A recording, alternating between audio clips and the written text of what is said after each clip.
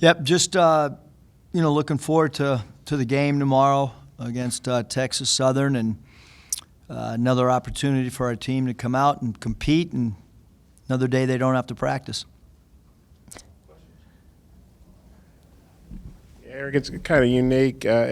Johnny Jones hired you at LSU, and then a couple years later you hired him at Nevada. Just how interesting is that? How would you describe your all's friendship and relationship? Really unique how the relationship started. Had an opportunity to go to Minnesota with the Timberwolves and Flip Saunders, and Flip had played for my dad and was coach, part owner of the Wolves, and it would have been really comfortable for me because I've known Flip for so long. And Johnny called. They called the same week, actually. Had never met Coach Jones. One of his assistants, David Patrick, who's now the head coach at Riverside, was a good friend of mine, or is a good friend of mine, and said, hey, just get on a plane to Baton Rouge, at least come have dinner with us. If nothing else, you wasted a flight from the Bay Area to Baton Rouge. And I just, really liked Coach Jones a lot, and sat down with the family, and we wanted to stay on the path of college coaching, and so passed up what could have been a really comfortable situation with the Timberwolves, and to go with Coach Jones, and it was awesome. I learned so much about recruiting the year that I was there at LSU, and so he's a really good friend. My wife is really good friends with his wife. My daughter's good friends with their daughter. John Jones Jr. played for us for a year at Nevada, so and then it branches out. I mean, Derek Syak is on staff with Texas Southern, and Brandon Chambers was our ops guy at Nevada, and now he's an assistant coach there. So, it's like an extended family now. And then you hired him. How'd that go? Yeah, I mean, it just doesn't happen often, where you're an assistant for a guy and then he's an assistant for you. But, we had an assistant coaching spot open at Nevada, and I wanted to hire a former head coach again because Dave Rice got an assistant's job with a lot better pay at Washington at the time, and just kind of begged Coach Jones to come and help me, and he did, and it worked out for him. That kind of springboarded him back to another head job at Texas Southern, and obviously my time at LSU helped springboard me to get a head job at Nevada. So, I really respect him as an X&O coach. I respect him as a man, as a father. He's like a mentor to me, even though he was, an assistant with us. I look at Coach Jones as a mentor in a lot of ways. A chance to hear Adriel and Mason's comments about you and the respect they have for you after the game the other day, for how you are on the practice floor and how you are on the game court, and then how important is it to get that respect early on for these players and from these players? Yeah, I haven't. My wife made a comment the other day about how positive their comments were, and I think like with anybody in life, they just you just want consistency, whatever that approach is. I think the key with player coach relationship is that the player just thinks that you're trying to help them become as good a player as they possibly can. And certainly, that helps us become a better basketball team, the better that our individual players become. And with that comes getting them out of their comfort zone. And so, we do have intense practices, and obviously there's intensity during the game. But, the players' buy-in, one through every guy on our roster, has been really phenomenal since we've been here. The last time I guess you and Johnny were in here together, you were on the LSU bench in that really wild game at the end of the 2015 season. And Johnny, he laughed, but he said the fans here should boo you because you dropped that three-point shot that Hornsby hit. Well, what do you remember about that game, and did you really drop the play? Yeah, it was. I mean, that game probably got us into the NCAA tournament, quite frankly. And one of our better players was hurt, and it was a huge game for us, obviously. And I thought Coach did a great job that year of getting us ready to play in big games at West Virginia. We won a big game, and obviously here, two of the hardest places to win in college basketball. So it was a big win. Did you drop the play? I might have had a suggestion about it, but Just what's the focus looking like for Texas Southern? What do they like to do? What are some things you might have to eliminate with them? yeah, I mean, if you look at the roster, they have some transfers that have played at big programs. Eden Ewing played at Purdue, and Big Jethro inside played at Arizona State. He's an incredible shot blocker. His shot blocks per minute's off the charts. They got a Texas A&M transfer. They got some guys that are really talented, and I think the biggest thing is just like another opportunity to play against somebody that we feel could win their league.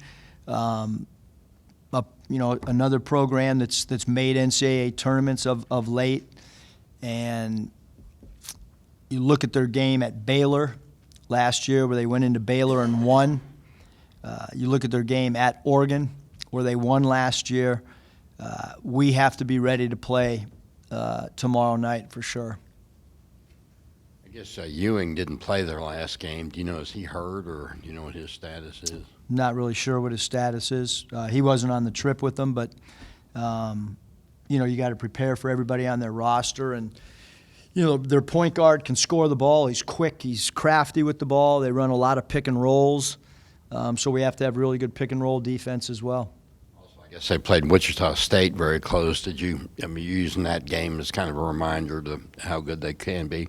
Yeah, when we go through our preps today and film, we're going to stop the film throughout the course of what we're showing them, where they can see the score on the bottom, for them to see how close Texas Southern played. And Wichita State's a hard place to play and a really good team. So certainly we have tremendous respect, and we know they're going to be ready to play. Coach, I know you said you'd update us whenever, but have you made a decision on Reggie Chaney and playing this week, or will that be a game time decision? Yeah, hopefully we'll be able to make a statement as early as tomorrow on Reggie's status, and see how quick Mike can type. So does that mean he's going to play? Like I said, we're going to make us, we'll let everybody know. Okay. I don't know why he announced he's not going to play. I mean, right? Okay. Hey, John Jones. We might. You never know. Yeah. You had him at Nevada. What kind of player is John Jones, Johnny's son? Yeah. Obviously we had him when he was a freshman, and he can really shoot the ball. He's got deep range. He's a really confident player. Plays kind of a combo guard. Can play the one or the two.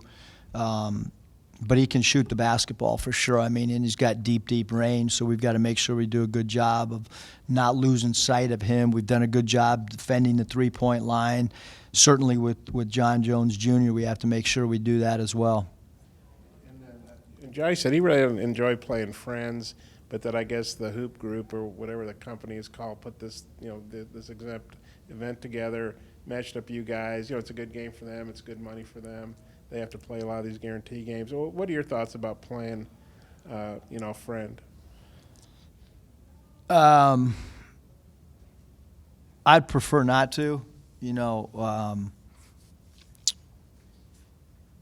Friday we got Todd Lee coming in, and Todd and I, Todd worked with us with the Rapid City Thrillers way back, and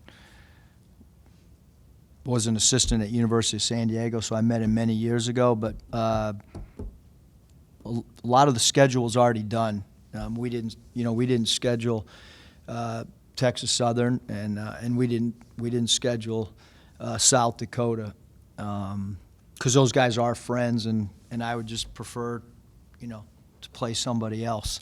But the good thing is when you do play a friend, when the game is over, you're able to exchange ideas and thought processes. And the Montana staff, they have some guys on staff that are really good friends of ours, and some guys from the Bay Area that we're able to kind of give them feedback on what we saw with their team, and they gave us some great feedback on our team that kind of gives us a view or from a lens of an opponent and what they're trying to take away from us. And certainly when we're done playing Coach Jones on Wednesday, we're going to share ideas with their staff for sure, and I know come Saturday when we're done playing Coach Lee's team, we'll certainly share ideas. So I think there is some benefit to doing it because certainly I want Coach Jones to win every game possible other than Tuesday night, and the same thing with South Dakota after our game with them on Friday.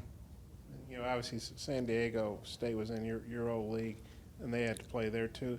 Even though they're 0-3, they played through pretty tough teams at their place. How prepared do you think they are to come in here when they've already played 3 road games? Yeah, I think because they play so many road games in non-conference, because they play in so many big buildings and they play in front of good crowds, they're kind of immune to it.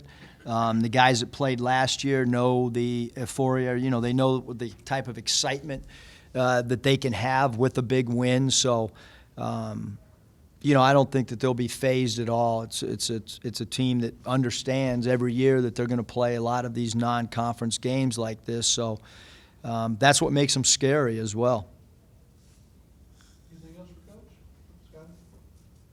Maybe expect a bounce back game from Isaiah, just shooting the ball, and you don't figure that'll linger much longer.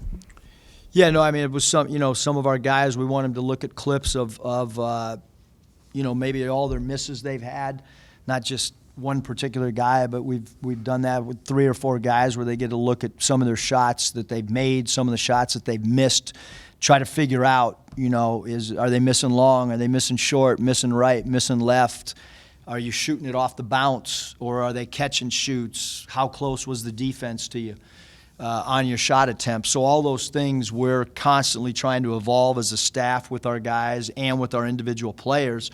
When a guy misses, you know, has some misses on a particular night, to build their confidence up and kind of for them to, you know, self-diagnose their own game. It's like a Major League Baseball hitter going in the back if he strikes out and taking a look at his at-bats. It's the same thing we want with our guys. You know, when they go through certain shooting slumps or off nights or whatever you want to call it. Coach, thank you much. Thanks.